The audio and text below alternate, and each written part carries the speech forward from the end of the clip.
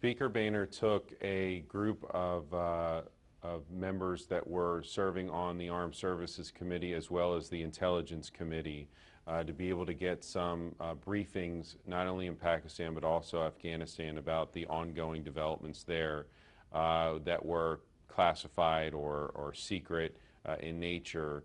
Every member of that delegation was cleared to get that kind of brief. Did you have at that point any sense, at all about any kind of pending operation? Certainly not. You know, and you know, the speaker, I can't speak for him. You know, he may have had separate meetings while we were over there, but we were together pretty much the whole time. And certainly we met with special operations in Pakistan and Afghanistan. We met with Petraeus.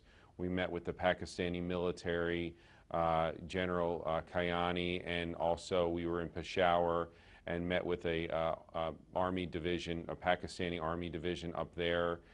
So, you know, we had a lot of talk about bin Laden, but nothing specific about like, hey, by the way, he's over here. He's not where you typically think he is in the Fatah region or Waziristan or Tora Bora. You know, he's you know, more to the east, and I think that was the biggest surprise of all. But now knowing what you do and having been in this one particular area of Pakistan, do you now have kind of a retrospective sense of the kind of people that you met while you were there, and how they might have been involved? I do, and it's interesting meeting with the Special Operations Forces over there, wondering, and of course at that time they would have known, you know, what the target was to within less than a week to move on that target. Certainly keeping it close to the vest, as professionals they are, should have.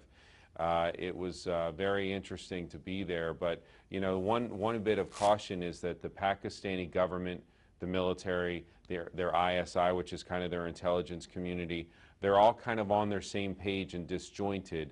Of course, Pakistan has nukes, so with India on one side and their suspicion of who's in control in Afghanistan. Pakistan is a beautiful country, but they're completely discombobulated, and that's concerning. Can you talk to any extent about some of the Navy SEALs that you met while you were there?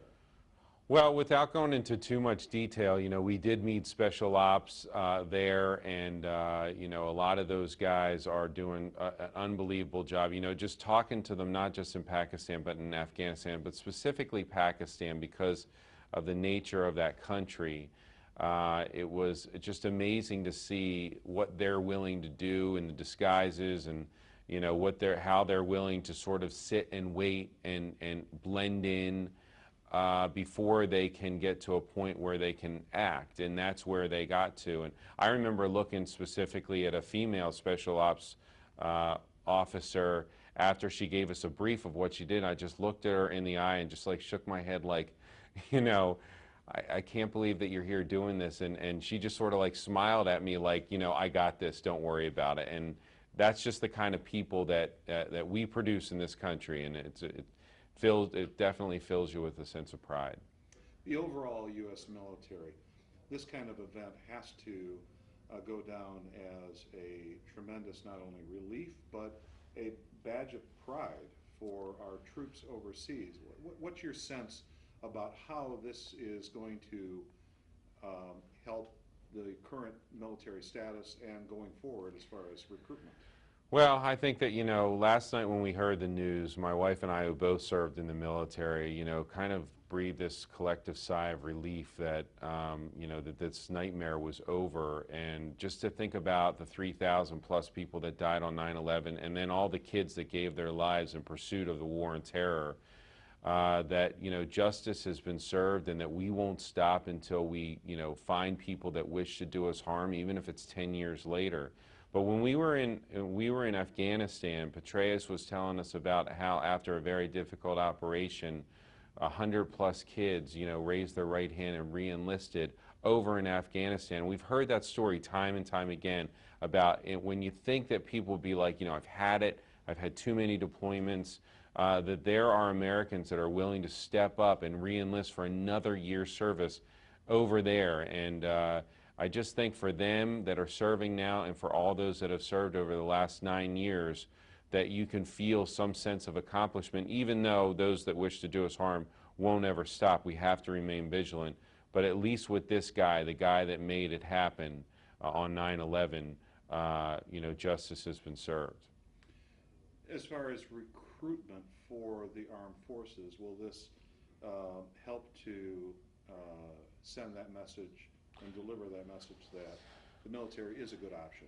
Yeah, I'm sure it will. And I mean, especially whenever, 9/11 happened, enlistments, and I was at West Point in 2002 and 2004 teaching, and the amount of kids trying to get into West Point had gone up at that period, and I'm sure it will now, especially, with the economy not being that great, the military is always a good option. And it's never been a concern for me about how many people are in the ranks, and it's just a matter of how big do we want our military to be personnel-wise, and that's kind of been debatable. But certainly the people that serve under these stars and stripes behind me are just amazing, amazing people, and thank God for them. Every bit of bloodshed over the last 10 years has led us to this moment, and it's not going to potentially bring some loved ones back or that kind of thing, but it again sends a message to those that wish to do us harm that we're not going to stop. So don't even try, because we're going to find you and bring you to justice. Could you direct this next message just to the camera? And if any family member who's lost a loved one either from the attacks or in either of the campaigns overseas has lost a member, what message would you tell them today?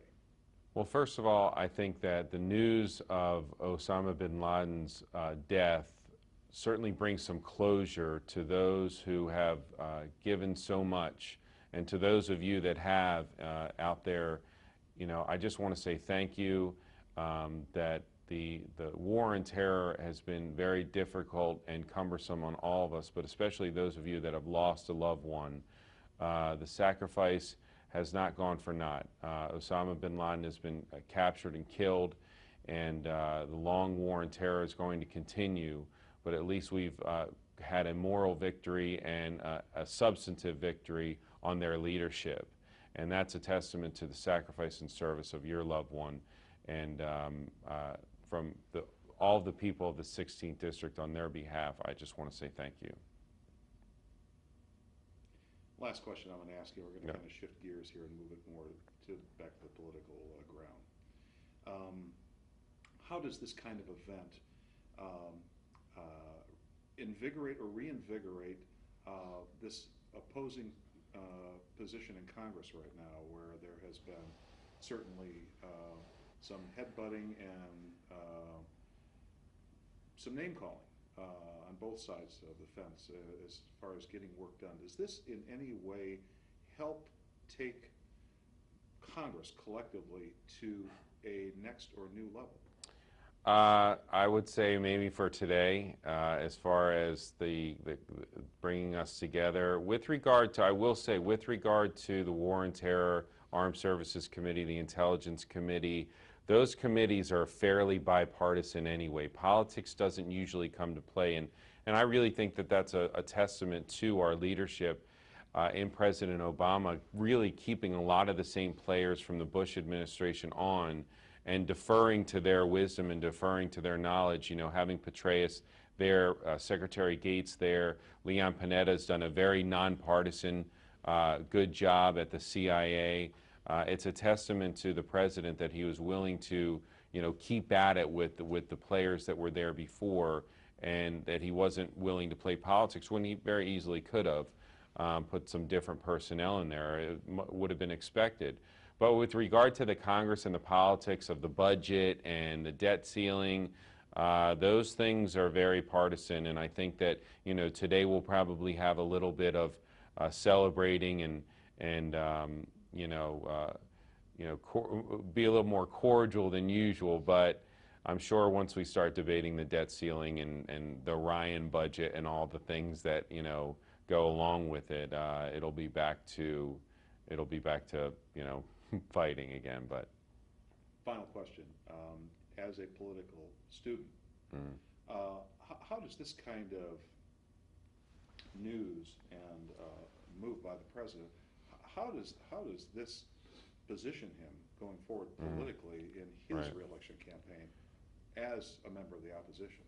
Yeah, I think that it's, it's a great news. I was actually thinking about that last night. After a while, you're watching it for so long, your mind starts wandering. I was thinking, politically, how does this play for the president? And, you think of all the different options, but you never get away from the one true fact that came out of it. This is a great news story. There's no way to spin it other than it's just good news, and it's good news for all of us. So politically, obviously it's going to help the president.